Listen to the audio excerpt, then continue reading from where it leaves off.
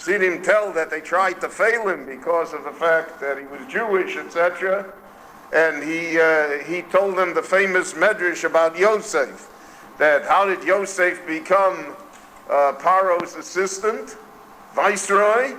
Because Paro was supposed to know 70 languages, and he didn't. And Yosef, who did know 70 languages, discovered that very easily. So in effect, he had blackmailed Paro. And he said to him, listen, I won't tell them what I know, just, let's just strike a deal here. So he said to the examiners, I'll do it. And I'll write it up. You're right, you won't give me the license, but I'll get you all fired because you don't know what you're doing. They gave him the license.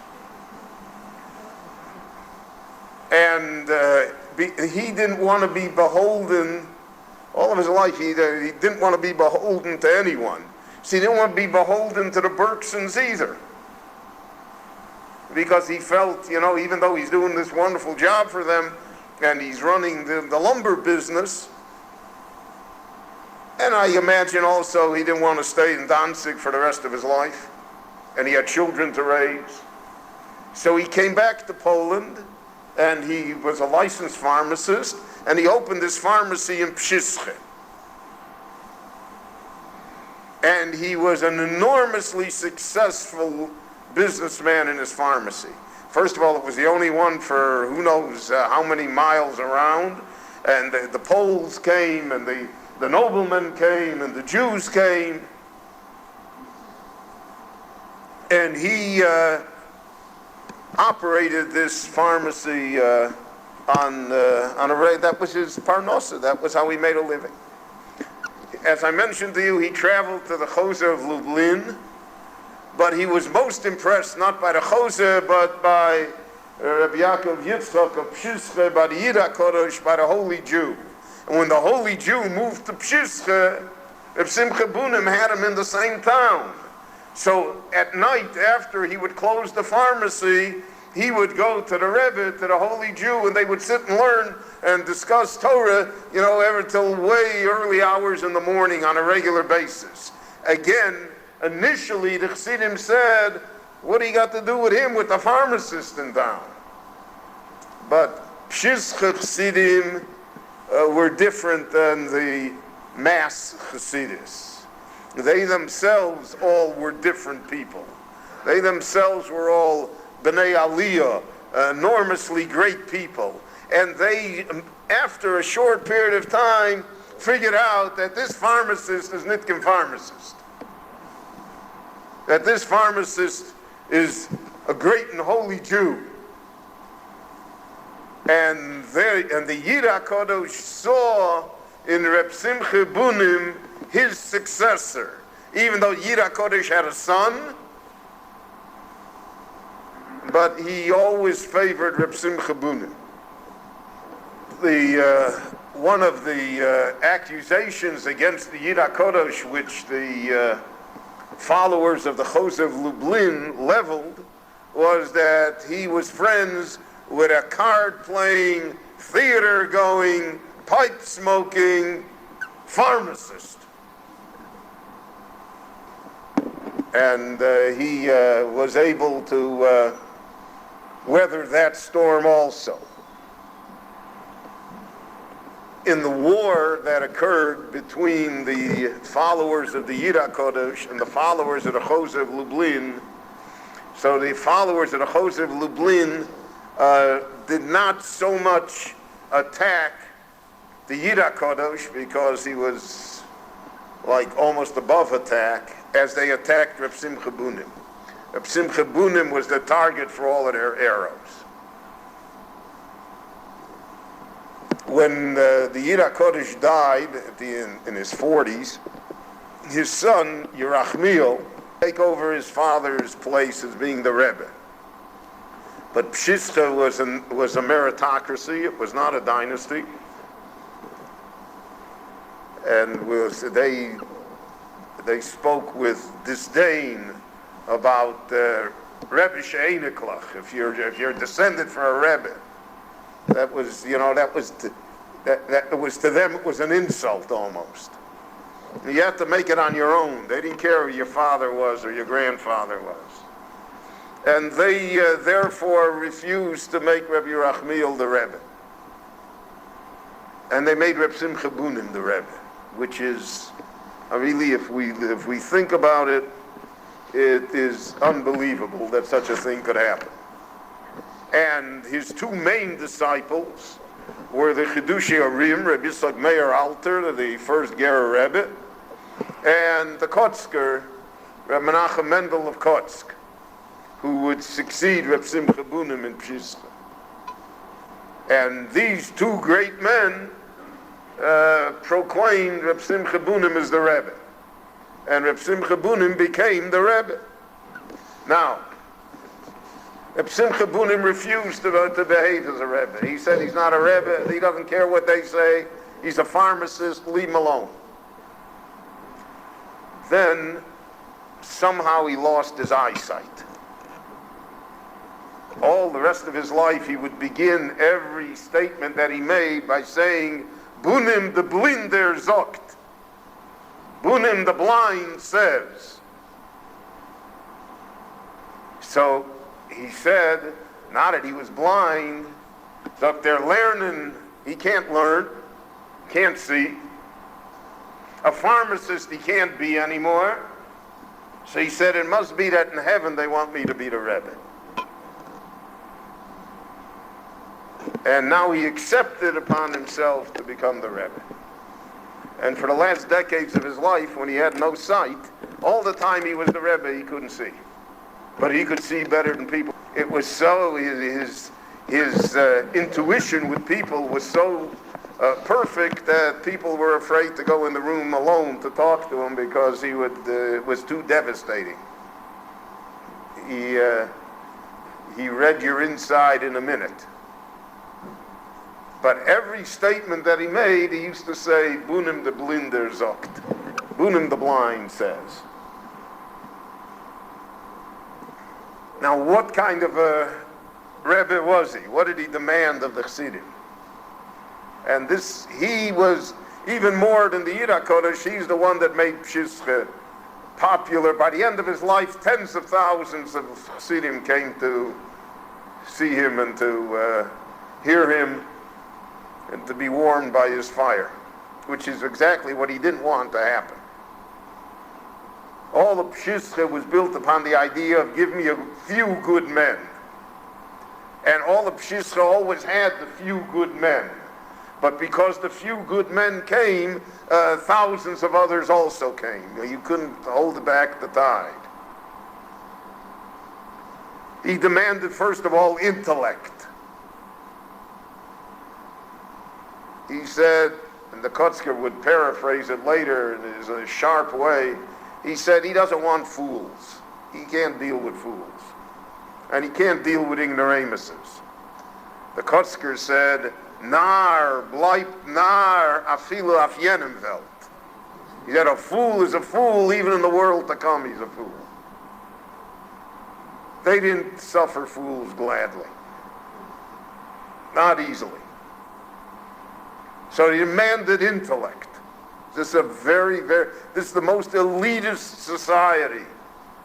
That the only other comparison to it is the elite of the Bali Musar. In fact, there's a great parallel between the Bali Musar in the Misnagdic world and the school of Pshischa in the Hasidic world.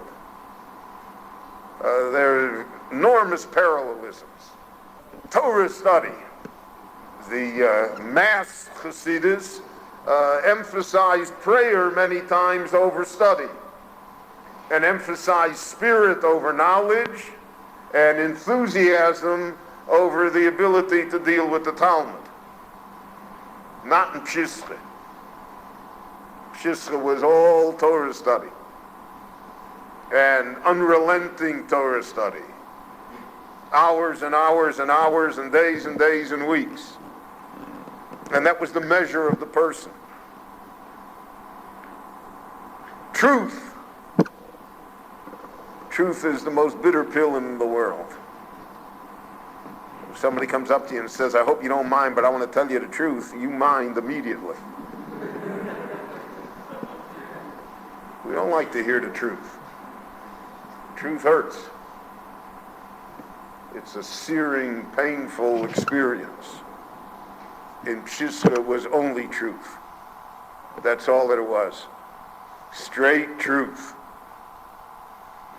And therefore, if you did a mitzvah but you really didn't mean to do it, they said it would be better not to do it at all. And if you couldn't be true to yourself, if you couldn't look at yourself in the mirror, so in Pshischa there developed something, a very strange thing. In Pshischa, they hid their piety, so that to the outside world they looked like a bunch of bums. Purposely.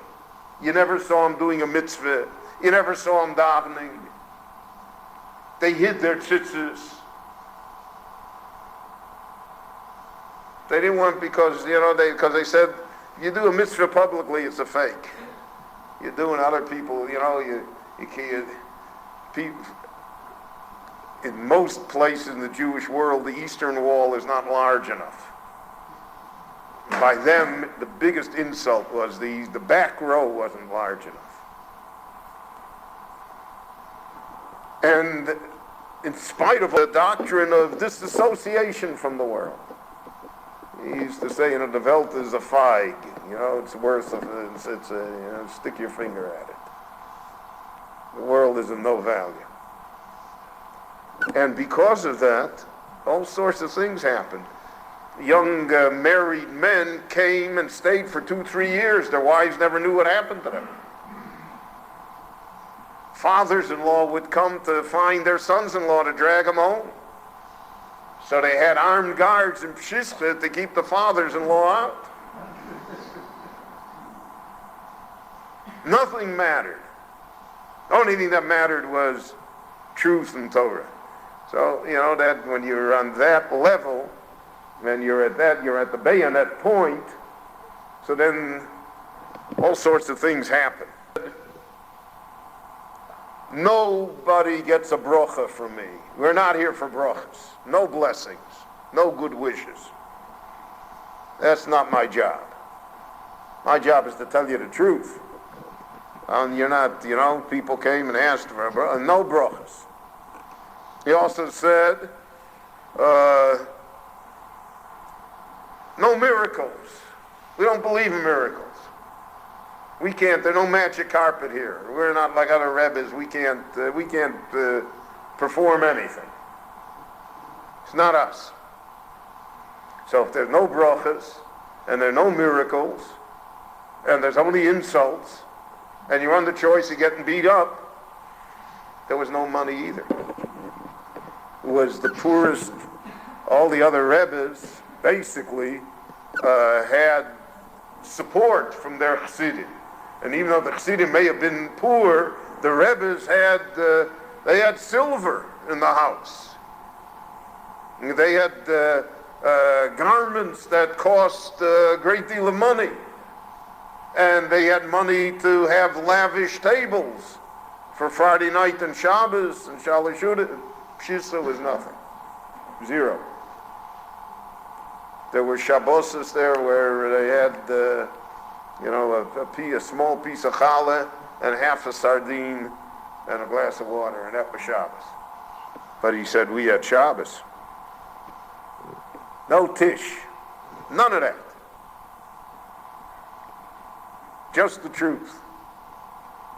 Torah Semes.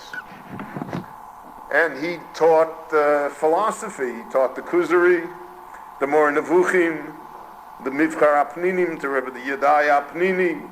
He was a great fan of the Maharal. He taught Maharal.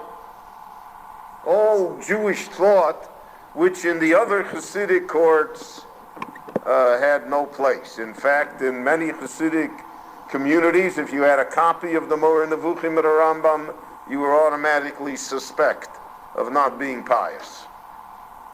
Taught it. He also was a great fan of Rabbeinu Avraham ibn Ezra. Now the parish of Rabbeinu Avraham ibn Ezra to Torah is controversial. He says many things there that are opposite to the Talmud. He says many philosophical things. It's a very, since today, today nobody cares. Nobody knows, nobody cares, so today it's fine. But Ibn Ezra was always a flashpoint. Always a flashpoint of controversy. Because again, he was very different. Different people always get a strange reaction in the Jewish world. We don't like different people. We don't know how to deal with them. And he was a great fan of the Ibn Ezra. He would every week in Chumash teach the Ibn Ezra. Well, all of this together brought about a strong reaction to him. They asked him, what about the other Rebbes that perform miracles? So he said the Posuk, Oso Sumosim Be'ad Mas B'nai Chom. Miracles, he says, is for B'nai Chom. For the Goyim. We don't have miracles. We don't need miracles. We don't live on miracles. I'm Mofsim. Well, the Rebbes that perform miracles didn't like that. And he made sarcastic remarks about Sheina Yidden, right? And the Chassidim were more extreme than he was, as you can imagine. The Chassidim mocked the other Rebbes. They mocked the other Chassidus. They openly mocked it. And once a Chassid came, an Apter Chassid came to daven in Pshische, and he put on a gartel, and he told them that he got this gartel from the Apter Rav, as a skula for Arichas Yomim. So they took the gartel and ripped it to shreds. They were against any sort of gaiva. Finally, the wave of hatred against Pshische became overwhelming. So there was a great wedding. It's one of the famous weddings in the history of the Jewish world, Stila. It was a wedding of two great Hasidic dynasties, and 138 Rebbes came to the wedding. At that wedding, there was a trial. The leader of the Chassidus then was the great Ohev Yisrael, Rabbi Avram Yoshua Heschel of Apt, the Ohev Yisrael. He was the oldest Rebbe. He was the most respected Rebbe.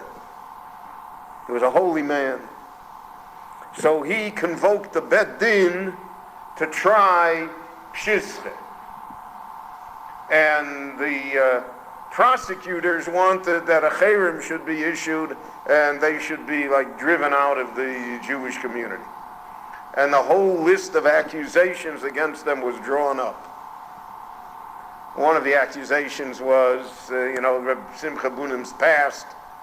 So Rabbi Simcha Bunim sent a number of people he didn't go to the wedding, which is fascinating. He didn't go to defend himself because basically he didn't care. But because of his Chassidim, who were nervous, so the Chidushei Orim went, plus 3 or 4 other leading Chassidim of Pshische, and they went to defend Pshische. So the Apter asked the Chidushei Orim, what does your Rebbe say about his past? So he said, my Rebbe told me to tell you that you who have never tasted sin in your life, you don't know how to deal with sin. I know how to deal with him.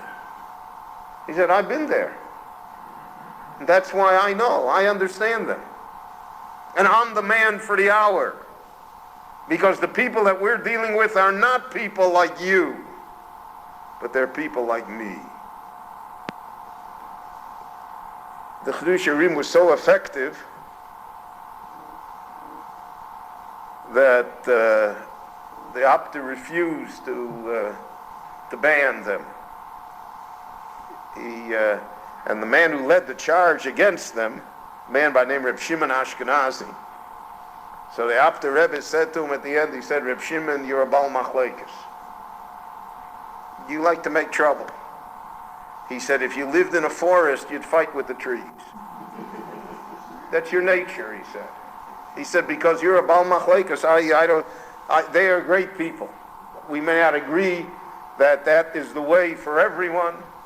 We may not agree that that's how it should be transmitted to the Jewish people, but they're great people.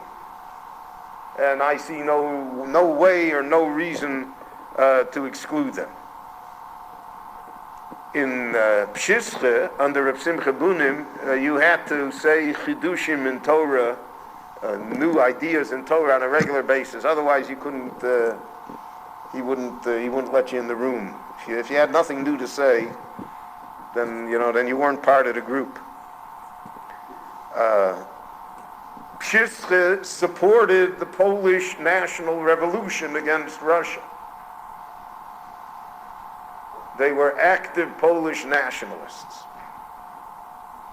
In fact, that's why the Kotzker had to change his name. His original name was Halpern. He changed it to Morgenstern. And the Chidushei Urim changed his name to Alter. That was not his original name. And because they were under in the Tsar's police records as being revolutionaries. So they changed their last name in order that they should have some sort of... It's interesting to see that the religious Jews were great Polish nationalists. They wanted an independent Poland. There was a brigade of 600 fought with the Poles against the Russians in the siege of Warsaw, and all 600 were killed in the war. But it was like the first Jewish brigade, just as later Jews fought in the British Army.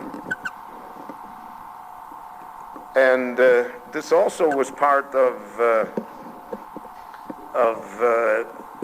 being different. Because, for instance, the Jews in Lithuania, or most of the Jews in Russia, couldn't care less what happened to the government or didn't happen to the government. And they never saw themselves as being part of the country. And here, for some reason, they were overt Polish nationalists. Rabbi Simcha Bunim's fame grew so that thousands came to Pshischa to visit him. And even though he would not give brachas, and even though he promised no miracle cures, but Pshischa became the place to be seen, the place to come. And thousands and thousands came to see him. His Talmidim were, as we'll mention next week, Menachem Mendel of Kotsk, the Chidushei Urim, Rabbi Yitzchak Meir of Gur, Reb Chanoch, the Alexander Rebbe, Rabbi Yitzchak Varke, Reb Shmuel Shinever, the Ramasayim Tzofim. The great men of the next generation of Chassidus were his Talmidim. And he is the one that brought to the revolution, like to the top of the peak. And the Kotzker would take it over the peak, and then the volcano would turn dormant. But this was the time when it was the high point of this pursuit of excellence, this pursuit of honesty, this pursuit of greatness.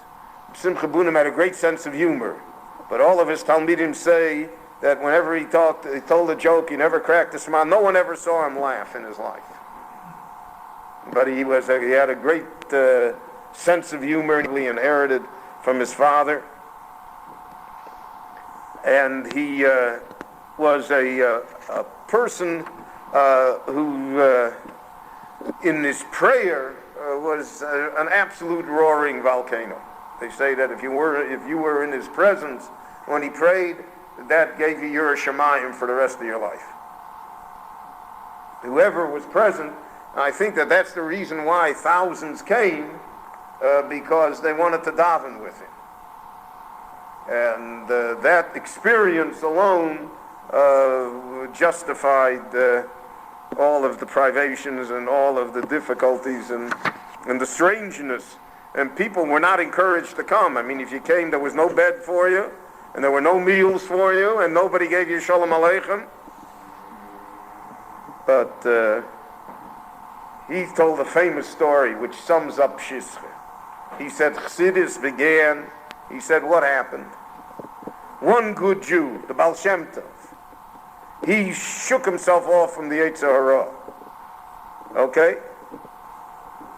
And then he convinced another good Jew. So now there were 2 Jews. But they needed a minion. So they had to get 8 other Jews. The other 8 other Jews, So he said, what happened? If you have a minion, he says, you got to have a shul. So they had to go looking for a gvir, for a rich man. So they found a rich man, right? So the Yetzer Hara was very happy, right? He had a rich man, and he had a building, and he had 8 other Jews, and only the Baal Shem remained without the Yetzer Hara. That was his description of the problem. He was the Rebbe for 13 years. And he died in 1827. He was between 62 and 65 years old. He also had a son that would be passed over without any hesitation in the question of who should succeed Rabbi Simcha Bunim as the Rebbe. But it is under Rabbi Simcha Bunim that Pshista reaches its highest point. And it weathered the controversy, the normative Chassidus in Poland. What was originally marginal and extreme now became the ideal. And his Talmud, Menachem Mendel of Tomashov, the Kotzker, will take it to the next level. And after him, then the entire Pshischa experience ends, and we go to a different stage in Jewish life and Jewish development. But Rabbi Simcha Bunim is Bunim the Blinder is a 1 in a million. We haven't had anybody like him in a long time. This concludes tape number 700.